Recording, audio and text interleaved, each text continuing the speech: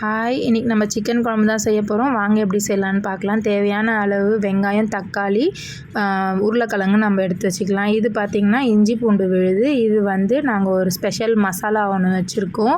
தக்காளி, வெங்காயம், பச்சை மிளகா, பூண்டு, பெருஞ்சீரகம் நமக்கு தேவையான அளவு எடுத்து நம்ம அரைச்சி வச்சுக்கலாம்.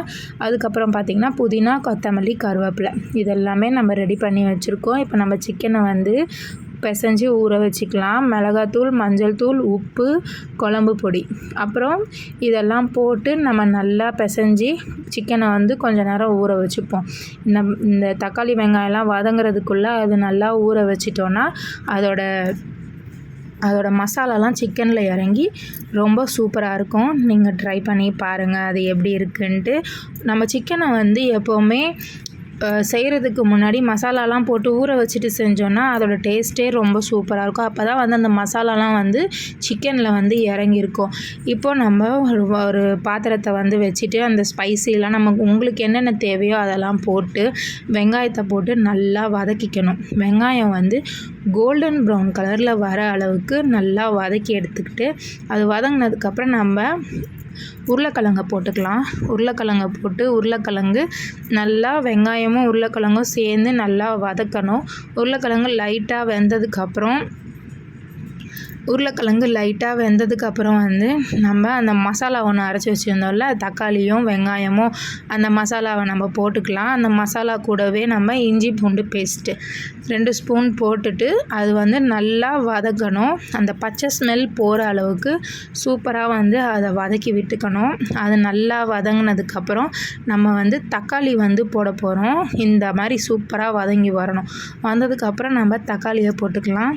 தக்காளி சூப்பராக வதக்கணும், நல்லா வதக்கணும். தக்காளி எல்லா மசாலாவையுமே ஒன்றோட ஒன்று தெரியவே கூடாது. அந்த அளவுக்கு எல்லாமே சேர்கிற அளவுக்கு நம்ம வதக்கணும். அந்த கொத்தமல்லி, புதினா, கருவேப்பிலையை நம்ம போட்டு மொத்தமாக சேர்த்து நம்ம வதக்கி எடுத்துக்கலாம். இந்த குழம்பு பொறுத்த வரைக்கும் நம்ம எல்லாத்தையுமே நல்லா வதக்கணும்னு வச்சுக்கோங்களேன், சூப்பராக இருக்கும். இப்போ தக்காளி நம்ம அப்படியே போட்டு அதுக்கப்புறம் தண்ணியை ஊற்றிட்டோன்னா அந்த தக்காளிலாம் அப்படியே இருக்கும், அது வதங்கியே இருக்காது.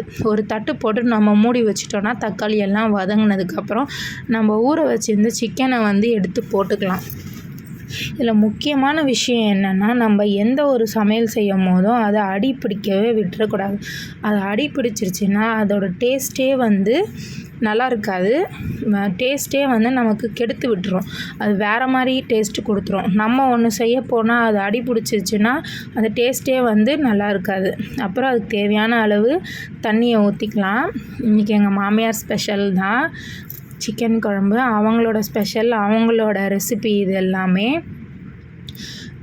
தண்ணியை ஊற்றினதுக்கப்புறம் நல்லா அதை கிளறி விட்டுட்டு ஒன்றோட ஒன்று எல்லாமே சேர்கிற மாதிரி நல்லா கிளறி விட்டுட்டு நம்ம கொஞ்சம் நேரம் தட்டு போட்டு அதை மூடி வச்சுக்கலாம். தட்டு போட்டு மூடினதுக்கப்புறம் ரொம்ப நல்லா அது கொதிக்கணும். கொதித்ததுக்கப்புறம் நம்ம ஒரு ½ லெமன், அந்த லெமனை நம்ம பிழிஞ்சு விட்டுக்கணும். இது உப்பு தேவையான அளவு உப்பு போட்டுக்கோங்க. ½ லெமனை பிழிஞ்சு விட்டதுக்கப்புறம் நல்லா அதை கிளறி விட்டுக்கணும். அதை கிளறி விட்டு அந்த மாதிரி லெமன் எல்லாத்துலேயும் சேர்ற மாதிரி நம்ம எல்லாமே நல்லா கிண்டி விட்டுறதுக்கப்புறம் நம்ம தட்டு போட்டு மூடிடுங்க. அது நல்லா கொதித்து சுண்டி வர நேரத்தில் நம்ம அரைச்சி முன்னாடியே வச்சுருக்கோம் தேங்காவை நம்ம அதில் ஊற்றிக்கலாம். தேங்காயில் பெருஞ்சீரகம், கொஞ்சம் பொட்டுக்கடலை, தேங்காய் இதெல்லாம் போட்டு நாங்கள் அரைச்சி வச்சுருக்கோம். நல்லா சூப்பரான டேஸ்ட்டு கொடுக்கும். நீங்கள் வீட்டில் ட்ரை பண்ணி பார்த்துட்டு எப்படி இருக்குன்னு சொல்லுங்கள். இப்போ நம்ம மூடியை போட்டு மூடி வச்சிடலாம். எண்ணெய் திரண்டு வர அளவுக்கு நம்ம குழம்பு கொதிக்க வைக்கணும். அப்போ தான் ரொம்ப சூப்பராக இருக்கும். பார்த்திங்களா எவ்வளோ சூப்பராக இருக்குது. சிக்கன்லாம் எவ்வளோ சூப்பராக வந்திருக்கு பாருங்கள். நீங்களும் ட்ரை பண்ணி பார்த்துட்டு எப்படி இருக்குன்னு சொல்லுங்கள். பாய்.